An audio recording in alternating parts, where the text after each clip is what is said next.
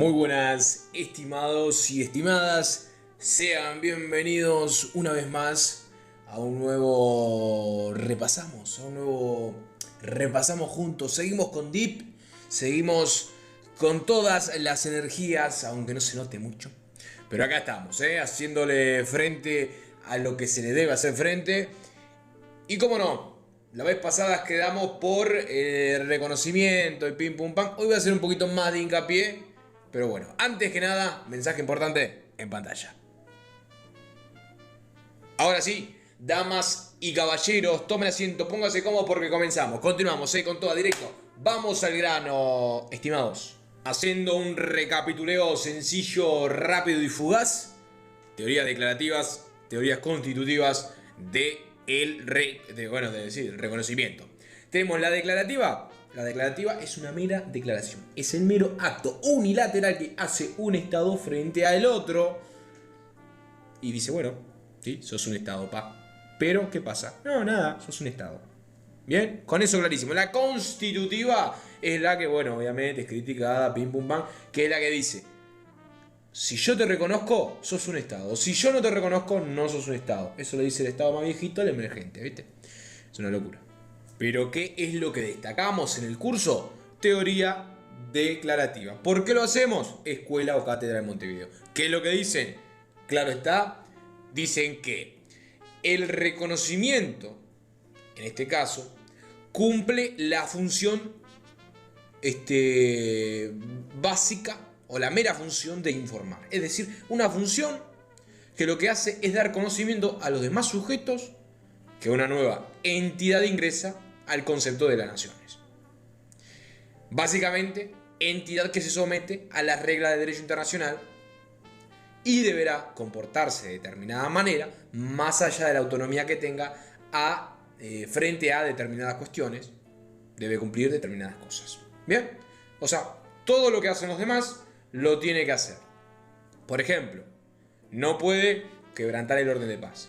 Si quebranta el orden de paz internacional, será pasible de sanciones del Consejo de Seguridad o incluso la posibilidad de intervención militar ordenada por el Consejo de Seguridad.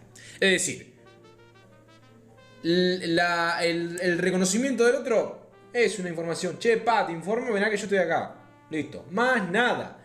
Después, esto obviamente va a aparejar derechos, obligaciones que han de cumplirse en este ordenamiento, en el internacional. Muy bien, ya clarita la cuenta, vamos con reconocimiento de gobierno, que era algo interesante que también me había quedado de la vez anterior. ¿Qué pasa acá? En el reconocimiento del gobierno, hablamos de un hecho distinto y perfectamente diferenciado. Es decir, estamos en una situación en la que se produce una conmoción interna, a través de la cual se altera el ordenamiento institucional vigente o la continuidad institucional. Es decir, hay un Estado con su constitución, surge ahí la banda de los Pikachu y quiere gobernar. Y bueno, ¿qué van a hacer los otros estados? Al fin y al cabo, ante esta conmoción, van a hacer lo que vamos a comentar ahora. Antes de seguirlo, otro ejemplo.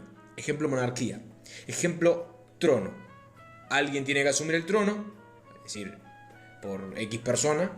El rey es despojado y el trono en el trono hay claramente una necesidad de reconocimiento. ¿Por qué? Porque hay un nuevo rey, hay que reconocerlo. Y los otros tienen que reconocerlo. Comúnmente tenemos la visión latinoamericana, democrática, cuanto a la ruptura del orden, golpe de Estado, pim pum pam, lo de siempre. Pero no necesariamente tiene por qué ser así, sino que también hablamos de una discontinuidad del gobierno, de carácter monárquico. En el carácter monárquico también se daría.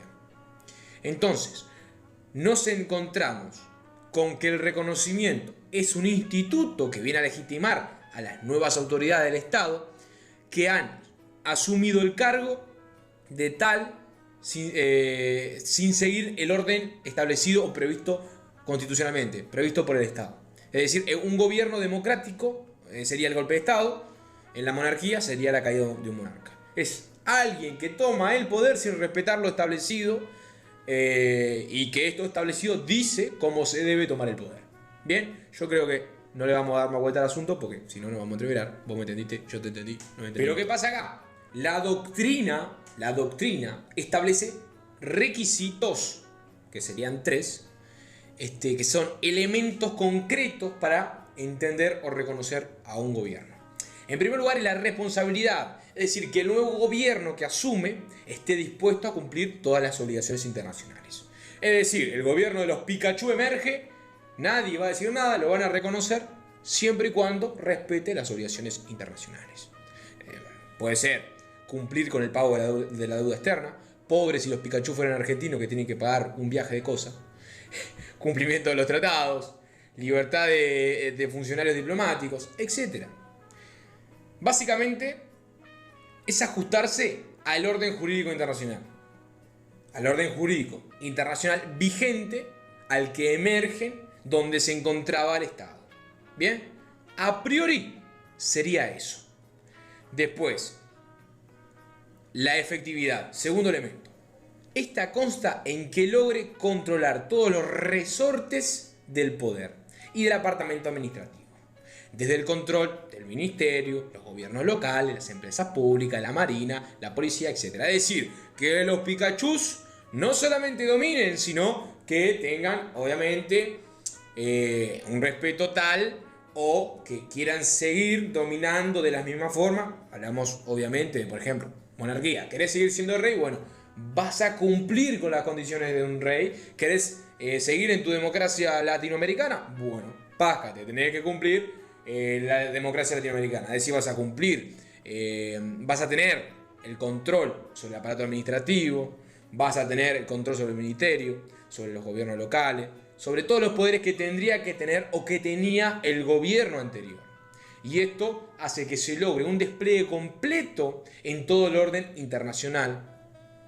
Porque si controla la subordinación que hay dentro de su Estado, esto apareja a una efectiva y posible coordinación a nivel internacional. Y por último tenemos el surgimiento de la formalidad con el derecho internacional. ¿Qué quiere decir esto? Quiere decir que no haya recibido financiación externa, que no haya sido un Estado que financió una revuelta para lograr llegar al gobierno. O sea, esto es un pasito de lo que se viene, un plus de lo que se viene más adelante. Comunidades beligerantes se pueden conformar, que sería el gobierno de los Pikachu, se pueden conformar siempre y cuando un Estado o un tercero no haya metido la mano. Es decir, ni de forma política, ni de forma económica, ni de forma ideológica, Estados Unidos y su capitalismo pudo haber metido la mano en la República de los Cocos para que surgieran los Pikachu, para que hicieran revuelta y quedarse con el poder de una forma un poquito de cotelete. No, así no funciona. No puede pasar esto, no puede.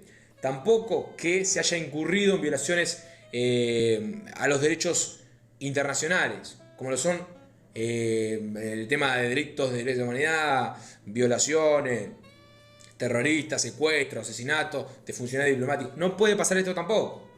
Algo que a lo mejor es obvio, pero no tanto. Sin embargo, no quiere decir que no ocurran enfrentamientos armados. Si tiene que pasar esto, como una revolución, por decir así, los Pikachu quieren venir a dominar y bueno, si se arman guerras, se van a armar guerras civiles.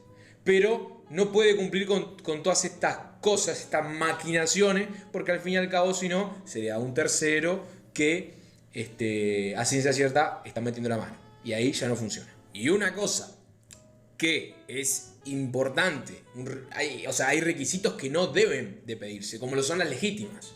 ¿Qué quiere decir esto? Que si vos querés ser un monarca, imponés una monarquía o una democracia, si no, si tenés un pueblo que te apoye, entonces no hay legítimas. Bueno, obviamente el movimiento de los Pikachu va a tener cariño con la gente, van a ser un ícono, los van a querer, por lo tanto van a tener legítimas. Pero bueno, al fin y al cabo, ¿qué queremos llegar?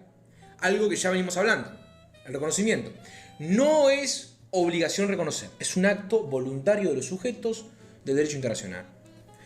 ¿Surgieron los Pikachu? Bueno, ¿qué va a pasar? Finalmente, o los Pikachu ganan y se vuelven un nuevo Estado, porque hablamos que las comunidades beligerantes son una transición con nombre, de pasar de ser una revuelta a ser el Estado, o el Estado que está de turno aplasta a esta comunidad beligerante, aplasta a los Pikachu y queda como estaba. Así de simple. Así de simple. Y yendo al reconocimiento internacional, no es obligatorio, es un acto voluntario. Tanto el reconocimiento del Estado como del gobierno. Es decir, yo si soy un Estado, yo hago el reconocimiento si me interesa. Si me interesa tener relaciones con este Estado o gobierno, o reiniciar relaciones que de pronto estuvieron cortadas. ¿Sí? Surgieron los Pikachu y me caen mejor los Pikachu que el gobierno que había antes. Y bueno, puedo reenganchar con ellos. Así, la cosa cambia. Si cambia el gobierno, me interesa, ahí vuelvo.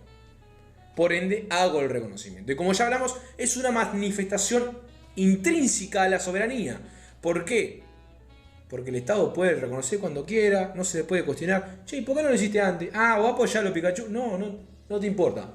Lo reconozco y listo. Ustedes se pensará que todo está armado, pero los Pikachu, no sé, surgió ahí de la nada y acá estoy, diciendo boludeces. No, pero trayéndolo más a un ejemplo real, el ejemplo claro que pasó con Taiwán, lo que sería la China nacionalista. Durante la segunda mitad del siglo XX era reconocido por todo el mundo capitalista. Uruguay tenía tratados con Taiwán en los años 50 y 60, pero cuando China comunista comienza a erguirse como una potencia económica mundial, los estados fueron yendo para atrás y hoy día China establece como cláusula, como única y excluyente para generar un tratado que se reconozca, es que, bueno, que es una entidad y que por ende desconozcan a Taiwán. ¿Y Uruguay qué hizo? Desconoció a Taiwán, pim pum pam, reconoció a China, nos vemos. Acto de soberanía. Muy bien, estimados y estimadas. Terminamos con reconocimiento. Ahora vamos con fuentes del derecho internacional público. Tema picante, ¿eh? Así que para la oreja. Vamos arriba. ¿Qué son? ¿Qué son las fuentes del derecho internacional público? Bueno, un conceptito. Algunos refieren a qué es los documentos que consagran las reglas jurídicas e internacionales. Pero por otro lado también hay quienes utilizan el término fuente como el sinónimo de los hechos históricos de la vida internacional en los que se manifiestan las referidas reglas o las causas o factores sociales determinantes del surgimiento. Entonces, por ende, se entiende como fuente del derecho internacional a los modos formales de constatación del derecho internacional. No sus fuentes documentales, no sus fundamentos y tampoco no a las bases reales o las causas de hecho de las cuales pueden surgir las fuentes internacionales. En la teoría general del derecho son llamadas fuentes formales y la contraposición fuentes materiales. Las fuentes materiales son estas de donde sacamos lo que ya venimos hablando. Fundamentos, documentos, o sea, jurisprudencia, bla, bla, bla. Las formales las vamos a ir mencionando ahora. ¿Bien? ¿Para qué se requieren las fuentes? Porque es de ahí de donde una corte judicial o una internacionalista debe extraer la norma aplicable a la situación determinada. Es decir, en base a estas fuentes. Las fuentes son la forma de verificar y manifestar el derecho internacional público. Son las normas que se crean, que modifican o que extinguen el derecho de coordinación en sí. ¿Y quiénes van a aplicar ese derecho? Los mismos estados. Porque dijimos que no existía una separación de órganos como en la subordinación. Enumeremos, más que enumerar, ordenemos, no jerárquicamente, porque no lo hacen, no se enumeran. ¿Por qué? Porque no tienen mayor o menor valor. Ordenémosla. Es para poner un orden. Tenemos como fuentes formales, como fuentes del derecho internacional público, a los tratados, es decir, en paréntesis, las convenciones, acuerdos o cartas. Después tenemos la costumbre, tenemos los principios generales del derecho interno de cada estado o de cada civilización en sí. Bien. Después tenemos los actos unilaterales, que pueden ser actos unilaterales de los estados o de las organizaciones internacionales. Después tenemos a la equidad, tenemos al soft law, que sería el derecho blando, lo encontramos en el libro como los actos concentrados de la naturaleza no convencional. Pero bueno, puntualmente es el artículo 38 de la Corte Internacional de Justicia quien determina la enumeración, no, el orden de las fuentes. ¿Bien? Este artículo menciona el tratado de la costumbre y los principios generales del derecho interno, entre paréntesis otra vez, aclaro ahí, es muy importante, en múltiple opción, te mata esto. Estos tres son mencionados por el artículo 38. Después salen otras cositas, que es ahí donde se deriva la equidad, después del tema de los auxiliares, que se deriva la jurisprudencia, la doctrina, pero primordialmente, te lo preguntan, tratados, costumbre, principio general del derecho, y entre paréntesis interno. Listo. Ahora, hagamos foco en el artículo 38. La Corte, en el inciso 1, la Corte, cuya función es decidir conforme al derecho internacional las controversias que sean sometidas, debe aplicar a las convenciones internacionales, sean generales o particulares, que establecen reglas expresamente reconocidas por los estados litigantes. B. La costumbre internacional como prueba de las prácticas generales generalmente aceptadas como derecho. C. Los principios generales del derecho reconocido por las naciones civilizadas. D. Las decisiones jurídicas y las doctrinas de los publicistas de mayor competencia en las distintas naciones como medio auxiliar para la determinación de la regla de derecho sin perjuicio a lo dispuesto en el artículo 59. Después tenemos 2. La presente disposición no restringe la facultad de la Corte para decidir el litigio es equo et bono, como se diga, si las partes sí lo conviene. ¿Qué es esto? Equidad, para acordarte. Punto 2, equidad. Ex equo et bono, equidad. Es igual a equidad. Ahora, entonces, la Corte, que se refiere a la Corte Internacional de Justicia, ¿qué tiene que aplicar el derecho internacional público? ¿Qué es lo que va a hacer? Primero, va a las convenciones internacionales, a los tratados, a los que son reconocidos por los estados litigantes, a la costumbre. Después, en segundo lugar, obviamente, no es una jerarquía, lo acoto otra vez, los principios generales del derecho reconocidos por las naciones civilizadas. Tiene que seguir esos tres pasos. Esto según el inciso 1. Ahora, el inciso 2 del mismo artículo dice: la presente disposición no restringe la facultad de la Corte para decir en un legítimo ex equo et bono si las partes lo convienen. Es decir, la equidad. Si las partes así lo convienen, solo se aplica la equidad si las partes aceptan que la Corte dirima la controversia por este sistema, por este camino, por esta fuente. Pero ambas partes tienen que estar en común acuerdo. Por otra parte, en estos mismos artículos se define que no son fuentes las decisiones jurídicas, publicistas, quienes tengan mayor competencia, o sea que no son fuentes, sino que son medios auxiliares, decisiones jurídicas y doctrina. Estos dos elementos, la doctrina, que normalmente de forma interna es muy relevante, la jurisprudencia, que también lo llega a serlo en las fuentes de derecho interno, acá no son fuentes, son medios auxiliares. ¿Por qué menciono constantemente de que no hay jerarquía? Porque en este sentido, haciéndolo, o sea, sin poner jerarquía a una cosa u otra en cuanto a fuentes, a una fuente sobre la otra, eliminamos la posibilidad de que existan normas contradictorias, que esto es algo que busca evitar el derecho internacional público. ¿Qué pasa?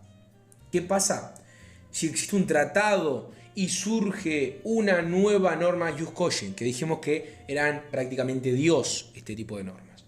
Y bueno, el tratado va a perder, porque hablamos que las normas jus cogens son más fuertes, entre comillas, por lo tanto, así que el tratado deja de tener efectos y la norma va a perdurar. ¿Bien? En este sentido. Ahora mismo te estás agarrando de los pelos y deshinchándotelo, pero me decís: oh, flaco, me está diciendo que no tienen jerarquía y ahora me decís que están unas normas que tienen más jerarquía. Exactamente, escuchaste bien. Normas, no fuentes.